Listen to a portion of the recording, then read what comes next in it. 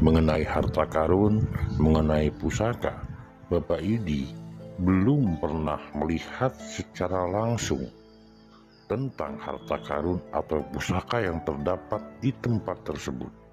Itu menurut beliau. Semua itu baru didapat dari katanya, yang katanya tersebut diturunkan secara turun-temurun.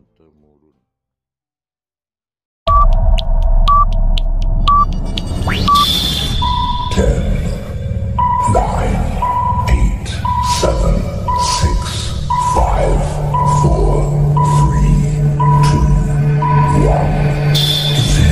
0.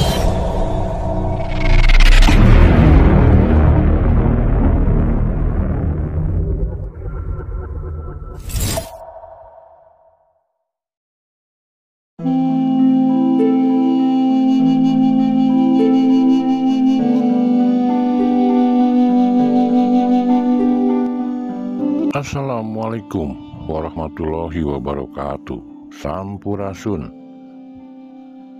Langkah kami membawa kami ke sebuah tempat yang konon menurut masyarakat dan menurut orang-orang tempat ini teramat sangat angker.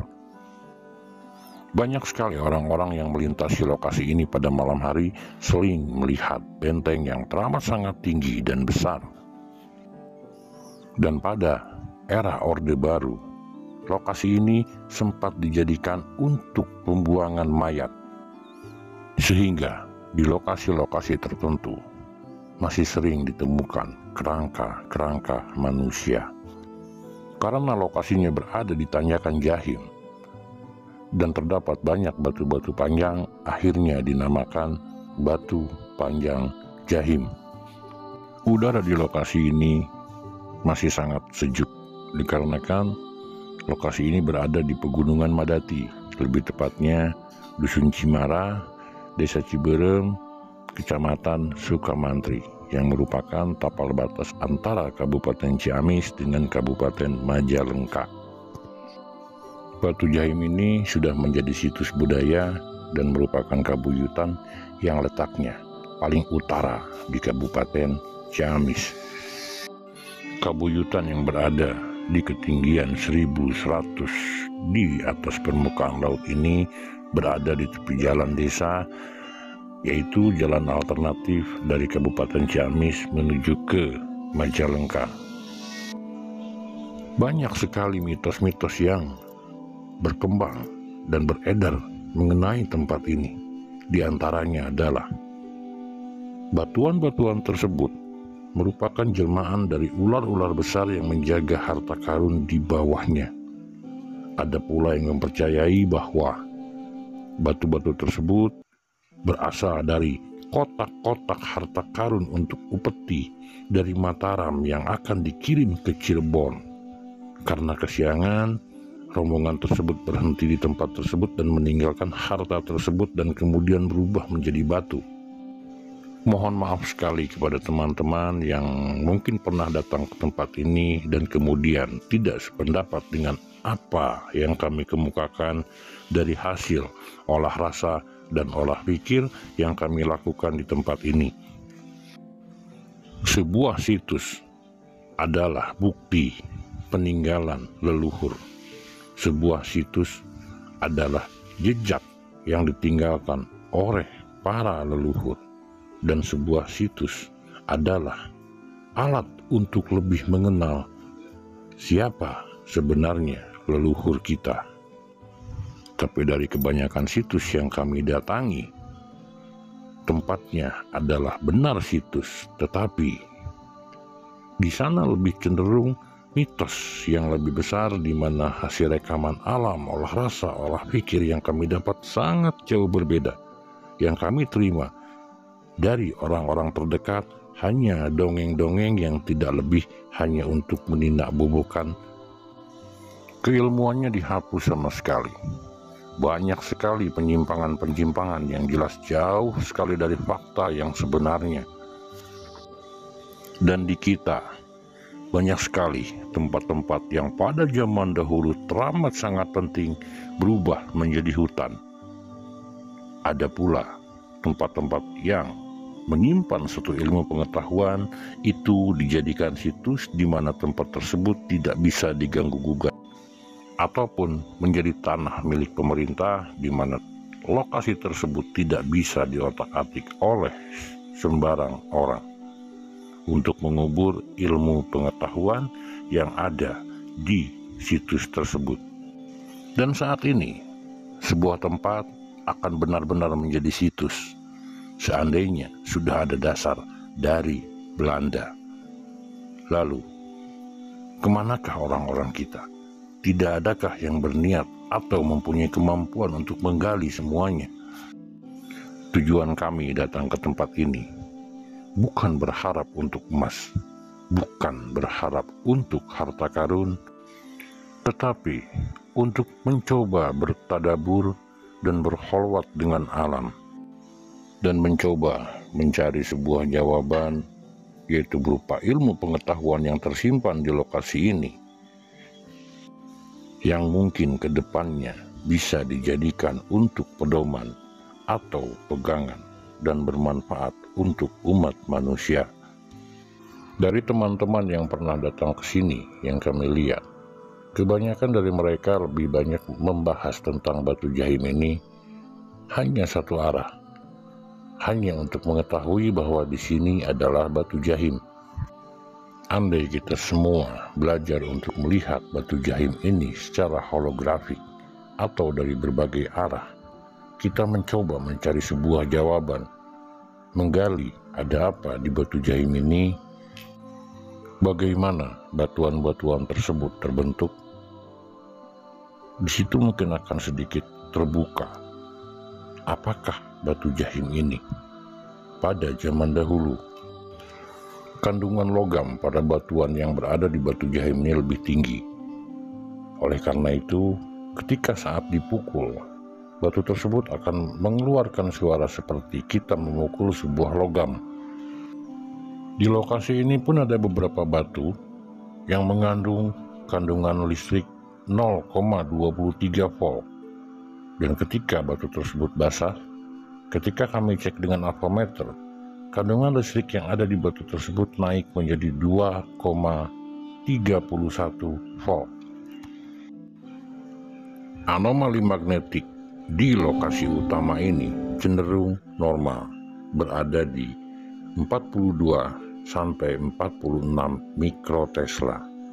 Begitupun elektromagnetik setelah kami cek semuanya dalam keadaan normal. Menurut Bapak Sahidi sebagai juru kunci batu jahim ini, banyak sekali orang berdatangan ke tempat ini dengan tujuan yang berbeda-beda. Ada yang bertujuan untuk berziarah, sementara tempat ini bukanlah kuburan. Dan ketika kami membaca rekaman alam mengenai lokasi ini, kemudian kami olah rasa, olah pikir di tempat ini, banyak sekali orang-orang yang kehilangan akal sehat, tidak bisa menyelaraskan antara nalar, naluri, dan nurani, di mana mereka berharap dengan bertapa atau bertawasul atau mungkin wiri di tempat ini bisa mendapatkan emas dengan tiba-tiba, atau mungkin mendapatkan harta karun. Dari rekaman alam yang kami terima, tidak satupun yang mendapatkan harta karun di tempat ini. Tetapi mereka akan diam dan akan tetap pada pendiriannya hanya dengan kata belum waktunya.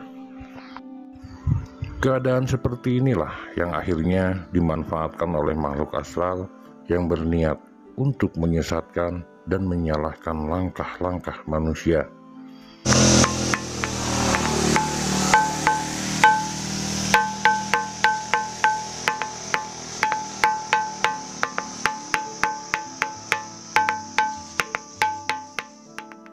Mohon maaf untuk teman-teman di luar yang mungkin tidak sependapat dengan pendapat kami. Ampun paralun, tidak ada maksud untuk lebih pintar atau apapun itu. Tetapi dari hasil olah rasa, olah pikir, dan membaca rekaman alam di lokasi ini, batuan ini bukan merupakan jelmaan dari ular-ular besar yang menjaga harta karun. Bukan pula merupakan kotak-kotak harta yang kemudian berubah menjadi batu, atau apapun yang merupakan mitos yang beredar pada saat ini. Batuan ini sudah ada sejak puluhan ribu tahun sebelum Masehi.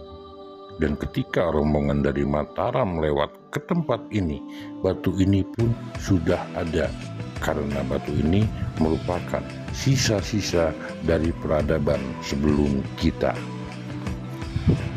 Gunung Padang Cianjur merupakan sebuah origom, sementara di sini dari rekaman alam yang kami terima dari olah rasa dan olah pikir yang kami lakukan di sini, pada zaman dahulu, pada masanya, pada peradaban sebelum kita, tempat ini merupakan sebuah benteng yang sangat besar dan kokoh. Ini adalah jawaban pertama di mana banyak sekali orang yang melihat ketika melintas di tempat ini ada sebuah benteng yang sangat tinggi, besar, dan kokoh, di mana mereka beranggapan bahwa benteng tersebut adalah benteng kerajaan jin. Padahal di saat batu tersebut basah, kemudian tegangan listrik naik, maka muncullah hologram. Seperti itulah benteng pada zaman dahulu, jauh sebelum Masehi, sebelum peradaban kita. Pada malam hari, aura mistis di lokasi ini sangat kental dikarenakan banyaknya orang yang kehilangan nalar, kehilangan akal sehat, mencoba meminta sesuatu yang instan. Akhirnya, banyak sekali makhluk astral berenergi negatif yang mencoba menyesatkan di lokasi ini.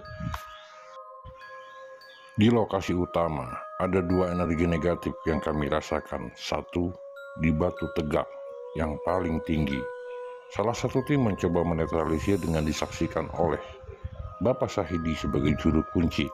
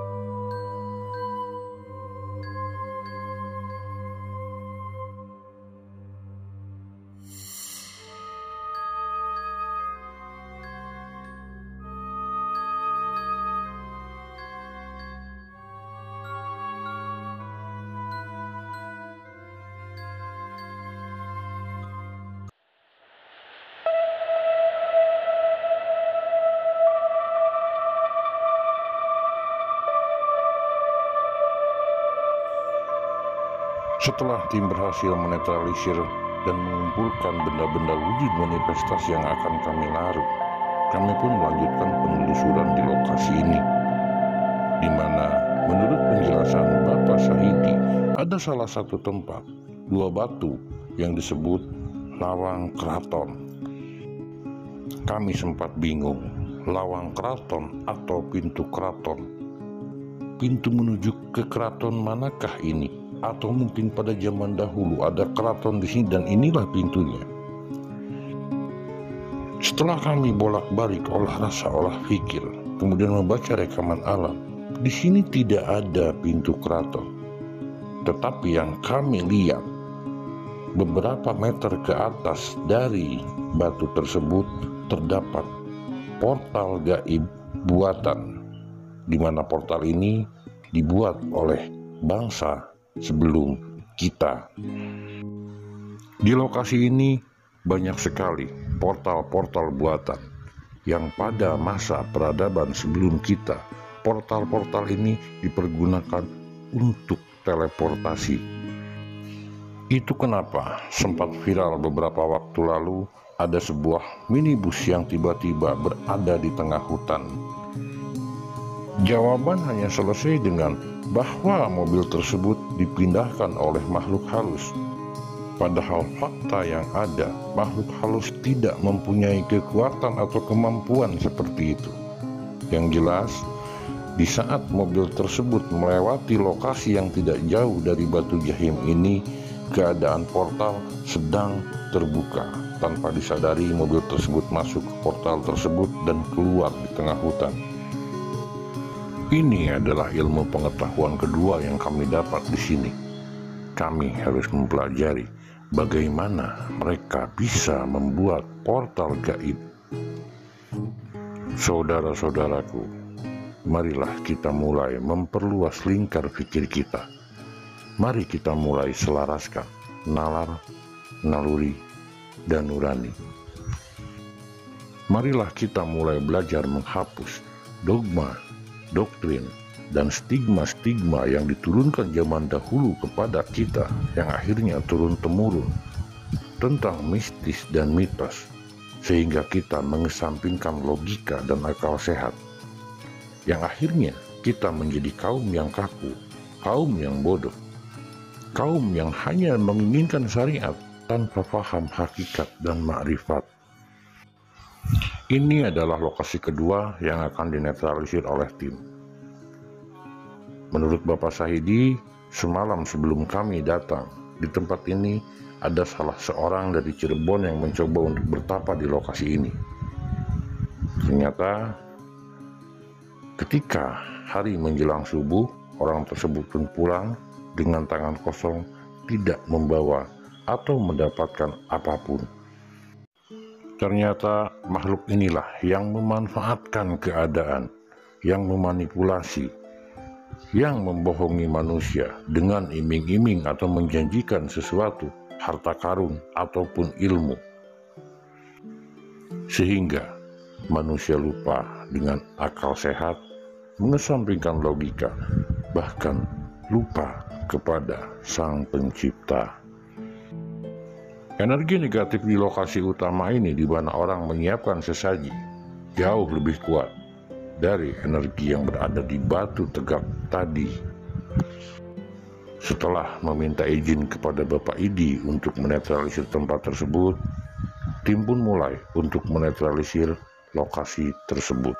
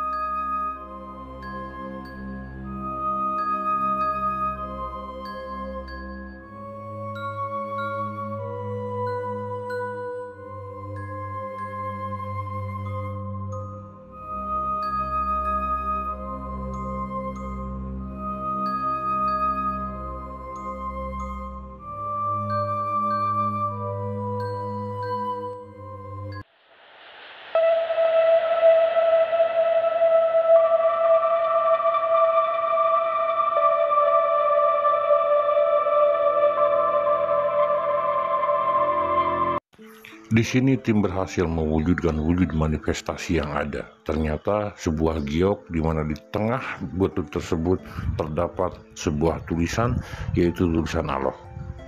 Ini hanyalah sebuah batu, tidak layak untuk dijadikan Tuhan kedua. Tim melanjutkan penelusuran yang akhirnya sampailah di sebuah batu besar yang disebut Batu Lomari. Lomari dalam bahasa Sunda, sementara arti dalam bahasa Indonesia adalah lemari. Batu ini dinamakan Batu Lemari karena dipercaya batu ini adalah batu tempat menyimpan harta karun, berupa lemari harta karun. Lalu, apakah pernah ada orang yang mendapat harta karun dari batu ini? Dari rekaman alam, dari olah rasa, olah pikir, dari zaman dahulu sampai saat ini belum pernah ada satu orang pun yang mendapat emas atau harta karun di batu ini. Anomali magnetik dan elektromagnetik di batu ini memang sangat tinggi. Anomali magnetik terus naik sehingga mencapai titik maksimal berada di 520 mikrotesla. Kami sempat menyangka bahwa ini adalah pecahan dorpal. Tetapi setelah olah rasa, olah pikir, dan kami teliti batu tersebut, batu ini bukanlah pecahan dorpal. Batu ini merupakan sarang dari makhluk-makhluk dimensi ketiga. Tidak ada harta karun sama sekali di batu ini, entah itu secara nyata ataupun harta karun secara kasat mata. Makhluk-makhluk yang berada di sinilah yang mencoba menyesatkan orang-orang yang tidak menggunakan akal sehat, orang-orang yang lupa dengan Sang Pencipta, dan orang-orang yang tidak mampu menyelaraskan trisula diri, yaitu nalar, naluri, dan nurani. Di lokasi ini, saat tim meminta izin akan menetralisir, Pak Edi pun menyetujui, tetapi ketika akan memulai netralisir, ada sesuatu yang kami tangkap dari Bapak Edi seolah beliau takut, yang akhirnya beliau meninggalkan kami turun. Kami tetap melakukan penetralisiran di lokasi ini, karena kalaupun dibiarkan jelas, akan semakin banyak orang yang disalah langkahkan oleh makhluk-makhluk yang berada di lokasi ini.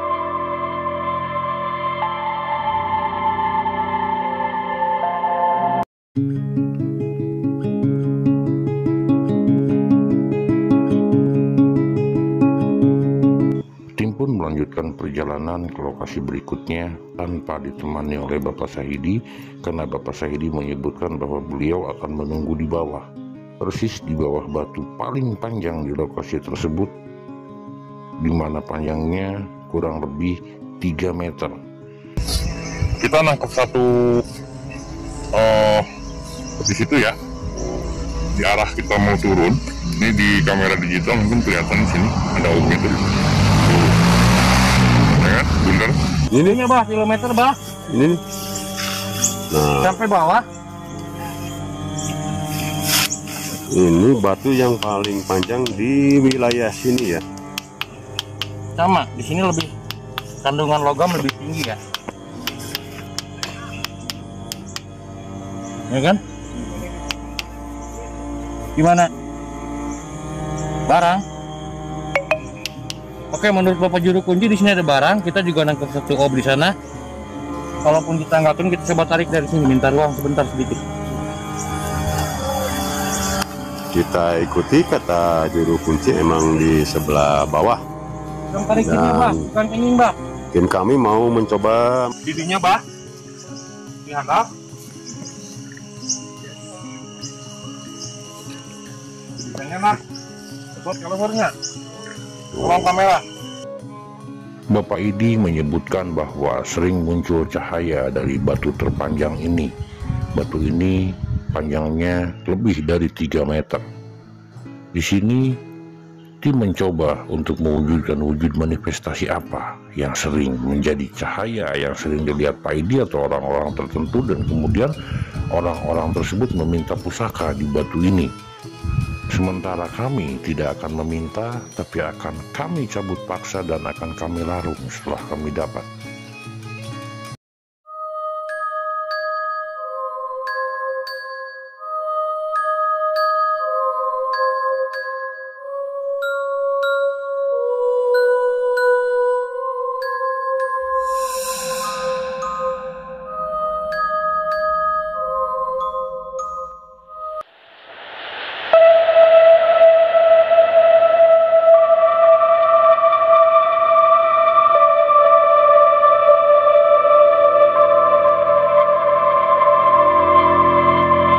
Nih, Kecubung. masih di dalam posisinya. Ya, alhamdulillah udah ketemu dan sebuah benda pusaka yang berbentuk batu. Inilah wujud manifestasi dari cahaya yang sering dilihat oleh Bapak Idi dan orang-orang yang datang ke lokasi ini. Tim pun melanjutkan perjalanan ke sebuah batu yang bentuknya mirip persis seperti batu di bagian utama, di mana batu bagian utama tersebut beranomali magnetik normal. Sementara di batu bagian utama tersebut kami sering menemukan bekas sesaji-sesaji, karena di sanalah biasanya orang-orang meminta apa yang mereka inginkan. Berbeda dengan batu ini anomali magnetiknya sangat rendah. Tertinggi berada di 38 mikrotesla dan terendah berada di 16 mikrotesla. Dan batu ini merupakan batu penyerap. Di sini tim mendapatkan sebuah rekaman alam di mana pintu masuk berada di bagian bawah batu ini. Karena siapapun yang akan masuk pada zaman dahulu harus berhenti dulu di batu ini, duduk di batu penyerap ini untuk membuang energi-energi negatif yang ada dalam tubuh mereka. Kemudian masuk ke batu penyelarasan, tetapi sayang batu penyelarasannya sudah tertutup dan tidak bisa kami jangkau. Setelah itu barulah masuk ke lokasi utama, dan di pintu keluar ada di bagian atas merupakan batu penghantar yang mungkin insya Allah ke depan kami akan menuju ke batu penghantar tersebut. Sampailah kami kepada yang dinamakan batu kendang ya. Nah, suaranya beda ya. Coba. Ini berusaha memukul suara yang dipukulnya beda-beda. Ini namanya batu kendang. Batu kendang ini merupakan batu terakhir yang kami coba untuk netralisir. Dan ternyata di batu jahim ini energi-energi negatif wujud manifestasinya hanya berupa batu-batu. Kami tidak mendapatkan energi negatif di lokasi ini dari bahan logam. Adapun beberapa pusaka di lokasi ini dari bahan logam, pusaka-pusaka tersebut berenergi positif dan kami tidak mengganggunya.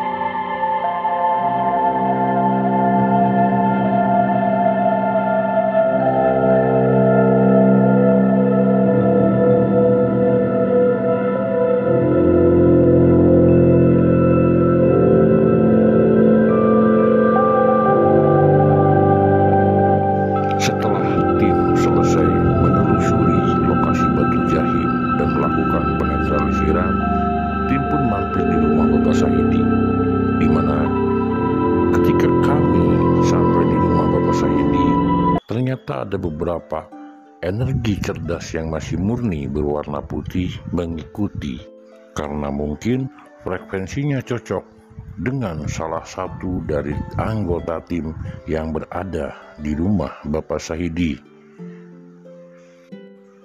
Di sini Bapak Idi menjelaskan satu persatu tentang lokasi di Batu Jahim, dari mulai lokasi utama tempat beliau bertawasul, kemudian lawang keraton sampai ke Batu Lomari, di mana keseluruhan Pak Idi tahu nama-nama tersebut dari orang tua Bapak Idi.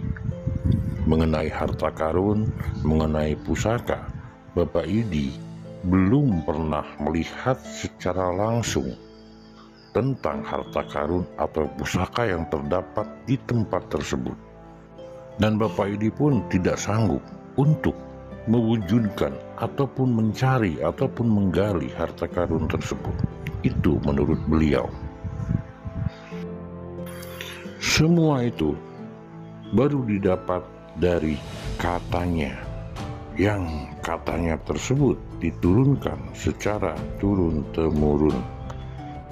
Harta karun di lokasi ini bukanlah emas, berlian, dan lain sebagainya. Harta karun yang paling berharga di lokasi ini adalah sebuah ilmu pengetahuan yang maha hebat. Di sini ada beberapa dorpal yang masih aktif. Di sini ada beberapa portal yang ternyata masih dipakai. Dan di sini pernah berdiri kokoh sebuah benteng tanpa lem dan semen.